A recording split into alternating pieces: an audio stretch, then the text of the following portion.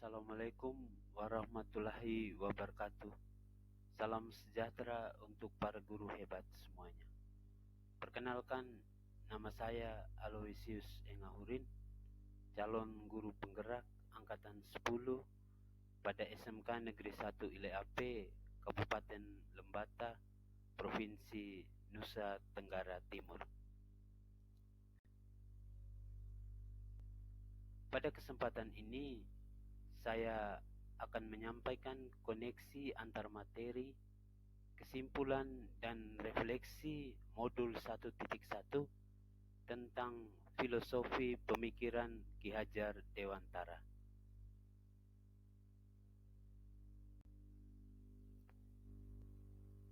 Ki Hajar Dewantara atau dikenal dengan Raden Suryaningrat lahir di Yogyakarta pada tanggal 2 Mei 1889. Ki Hajar Dewantara merupakan sosok penting dalam kebangkitan pendidikan di Indonesia. Beliau adalah pelopor pendidikan di Indonesia.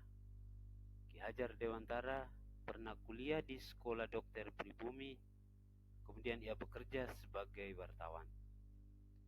Sejak muda, Ki Hajar Dewantara berani menentang kolonial Belanda, sehingga pada tahun 1922 lahir Taman Siswa di Yogyakarta sebagai pelopor dari sebuah proses kemerdekaan pendidikan dan kebudayaan bangsa, sehingga anak-anak pribumi dapat mengenyam pendidikan.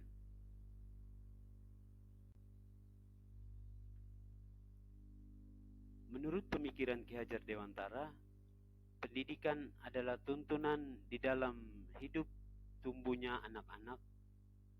Dalam konteks pendidikan, yakni menuntun segala kekuatan kodrat yang ada pada anak-anak agar mereka dapat mencapai keselamatan dan kebahagiaan yang setinggi-tingginya. Pada dasarnya, guru hanya bisa menuntun, mengayomi, memberi contoh, membangun semangat, dan memotivasi anak seperti simboyan Ki Hajar Dewantara, yakni Ingarso Sungtulodo, Ing Madio Mangunkarso, dan Tut Wuri Handayani. Semboyan Ki Hajar Dewantara tersebut perlu kita pahami dan kita laksanakan untuk membawa perubahan pendidikan menjadi lebih baik. Menurut Ki Hajar Dewantara, pendidikan adalah tempat persemaian benih-benih kebudayaan dalam masyarakat. Pendidikan dapat menjadi ruang berlatih dan bertumbuhnya nilai-nilai kemanusiaan yang dapat diteruskan atau diwariskan. Dan pendidik diibaratkan tukang atau petani yang fungsinya menuntun tumbuh dan hidupnya kekuatan kodrat yang ada pada anak, agar memperbaiki lakunya hidup dan tumbuhnya kekuatan kodrat anak. Maka dari itu, sebagai guru harus mampu menuntun lakunya anak sesuai garis kodrat anak, agar anak bisa merdeka lahir dan batin guna bekal hidup di masyarakat. Berikut kesimpulan dari filosofi pemikiran Ki Hajar Dewantara.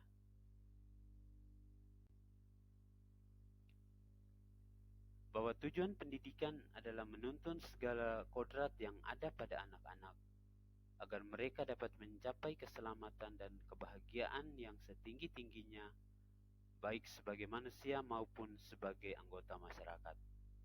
Dalam proses menuntun, anak diberi kebebasan, namun pendidik harus bisa menjadi pamong dalam memberi tuntunan dan arahan, agar anak tidak kehilangan arah dan membahayakan dirinya.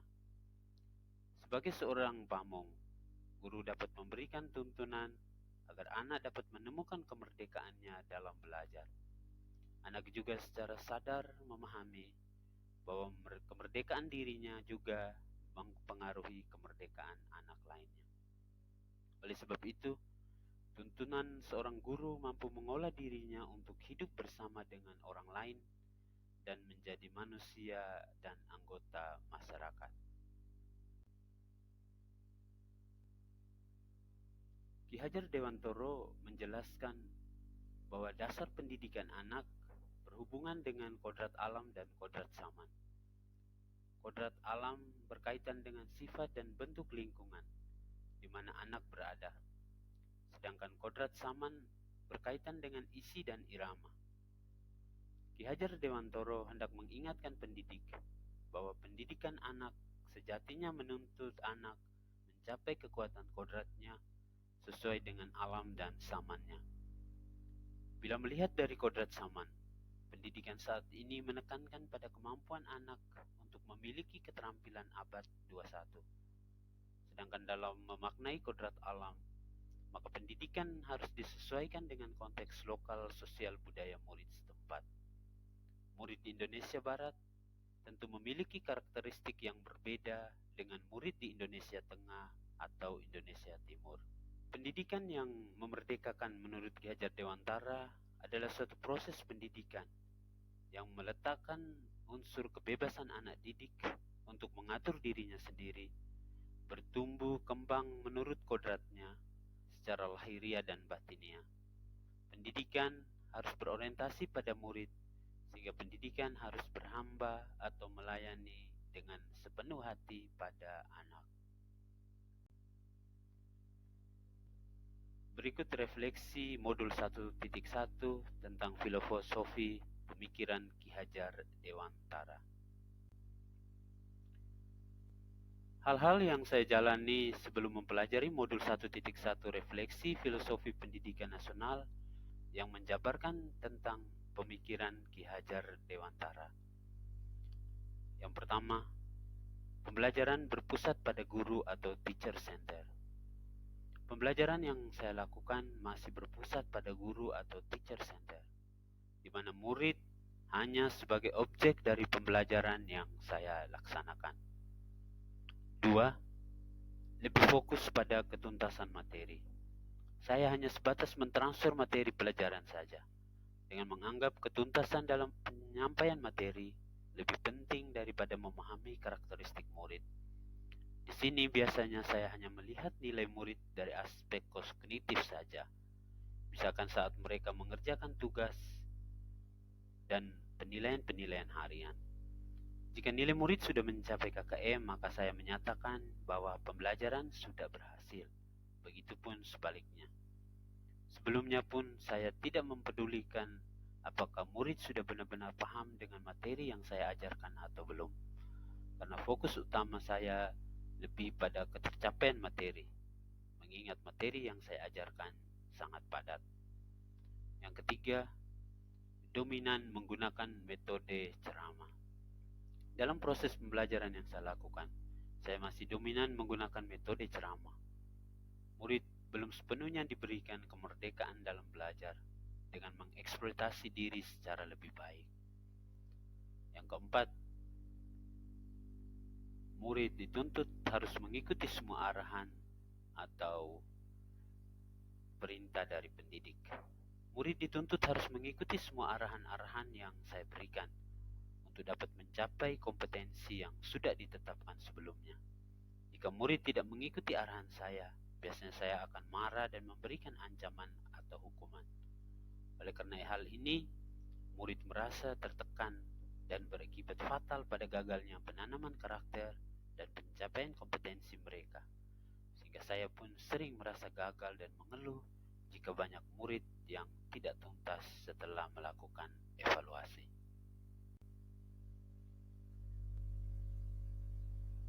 Setelah saya mempelajari modul 1.1, apa yang harus saya lakukan dalam kaitan dengan perubahan pemikiran dan perilaku tentang filosofi Ki Hajar Dewantara ini?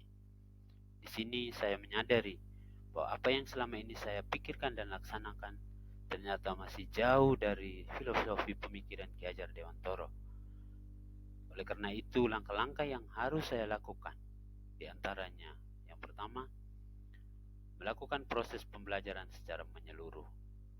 Saya akan menerapkan proses pembelajaran secara menyeluruh, bukan hanya fokus pada aspek kognitif saja, namun juga aspek-aspek lain yang dapat mengembangkan potensi diri murid. Yang kedua, murid harus ditempatkan pada porsinya. yaitu bukan sebagai objek pembelajaran, melainkan subjek pembelajaran, yang artinya murid memiliki kebebasan berekspresi, mengemukakan pendapat, dan berkreasi sesuai dengan metode atau model pembelajaran yang tepat. Yang ketiga, guru menjadi pamong dalam proses pembelajaran. Saya sebagai guru harus menjadi pamong dan fasilitator dalam proses pembelajaran. Harus penuh kesabaran dengan segala keikhlasan dan ketulusan hati, mewujudkan pembelajaran yang menyenangkan dan berpusat pada murid.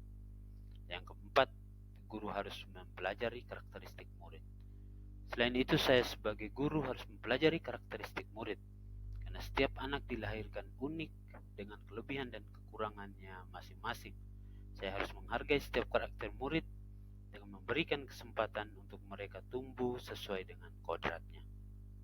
Akhir kata, dengan semakin mendalami filosofi dari pemikiran-pemikiran Ki Hajar Dewantoro, saya bersama teman-teman guru hebat semuanya siap memajukan pendidikan Indonesia dengan mengimplementasikan pola pembelajaran yang lebih baik. Demikian koneksi antar materi, kesimpulan dan refleksi modul 1.1 yang dapat saya sampaikan. Semoga bermanfaat. Terima kasih. Assalamualaikum warahmatullahi wabarakatuh. Salam sejahtera untuk para guru hebat semuanya.